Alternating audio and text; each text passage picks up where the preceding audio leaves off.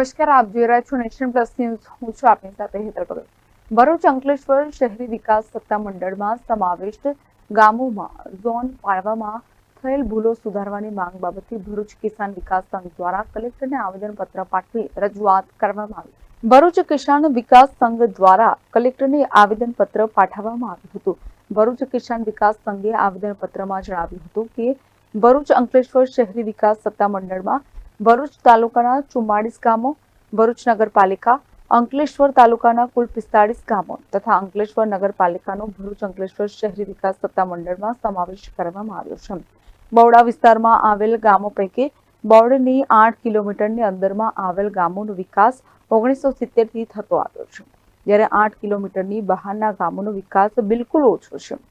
10% પણ ઓછો વિકાસ આ ગામોમાં થયેલો છે. બવડા દ્વારા ડેવલપમેન્ટ પ્લાનમાં ઝોન પાડવામાં આવ્યા હતા, જેમાં ઝોન દર્શાવવામાં ગંભીર પ્રકારની ભૂલો કાઢવામાં આવી છે, જેના કારણે બવડા વિસ્તારમાં આવતા ગામડાઓમાં કરોડો રૂપિયાનું નુકસાન થઈ રહ્યું છે. ત્યારે ભરૂચ અંકલેશ્વર શહેરી વિકાસ સત્તામંડળ ભરૂચમાં સમાવેલ ગામોમાં ઝોન પાડવામાં થયેલ ગંભીર પ્રકારની ભૂલો તાત્કાલિક સુધારવામાં આવે તેવી ભરૂચ કિસાન વિકાસ સંઘ દ્વારા માંગ કરવામાં આવી છે. આજરોજ રાષ્ટ્રીય કિસાન વિકાસ સંઘ દ્વારા અમે આવેદનપત્ર આપીને જણાવીએ છીએ કે ભરૂચ અંકલેશ્વર શહેરી બોડા, જેને બોડા કહેવામાં આવે છે, આ બોડા 2012માં અમલમાં આવ્યું. 2012માં અમલમાં આવ્યું ત્યાંથી આ કોઈ બી ગામડાનો કોઈ વિકાસ થયો નથી. કેમ કે આ લોકોની જે હદ છે તે 15 કિલોમીટરની સુધી છે. અમારી માંગણી એ છે કે આ હદને ઘટાડવામાં આવે, 8 કિલોમીટરની કરવામાં આવે. કેમ કે 8 કિલોમીટરની કરશે તો જ આ ગામોનો વિકાસ થશે. આજે બોડા જે ભરૂચની બોડા કચેરી છે તેમાં ઝોન પાડવામાં અસંખ્ય ભૂલો કરેલી છે. અમુક ગામડાની અંદર જે એગ્રીકલ્ચર ઝોન છે ત્યાં રેસિડન્ટ ઝોન બનાવવામાં આવેલી છે, જ્યાં રેસિડન્ટ છે ત્યાં બફર ઝોન છે. એટલે આવા ઝોનની વિસંગતતા છે, વિસંગતતા દૂર કરવાની છે. ભરૂચ તાલુકાના 45 ગામ છે અને અંકલેશ્વરના 44 ગામ છે. 99 ગામનો પ્રશ્ન છે. અત્યારે તમે જુઓ, આ 2012 થી લઈને 12 વર્ષની અંદર કોઈ પણ ગામોનો વિકાસ થયો નથી. કેમ કે જ્યારે 2017 ની અંદર ભરૂચ બોડાએ શહેરી વિકાસ મંડળને આ દરખાસ્ત કરવા મોકલેલી હતી અને એનો રિવ્યુ ત્યાંથી મોકલેલો, પણ અહીંયા આવ્યા પછી આ બોડા કચેરી એનો કોઈ પણ જાતનો અમલ કર્યો નથી.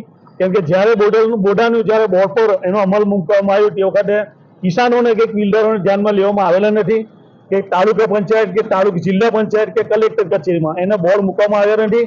ખરેખર તો અમને આ લોકોએ રિક્ષા ફેરવવી જોઈએ કે ભાઈ આજે બોડાનો જે વિસ્તાર છે એ વિસ્તારની અંદર રિક્ષા ફેરવીને લોકોને જાણ કરવી જોઈએ.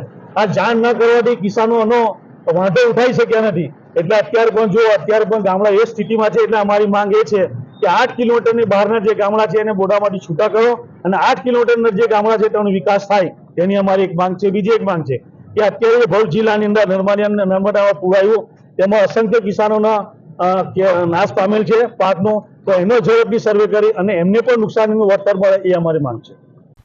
Sandeep Dixit, nation plus news, Bharuch.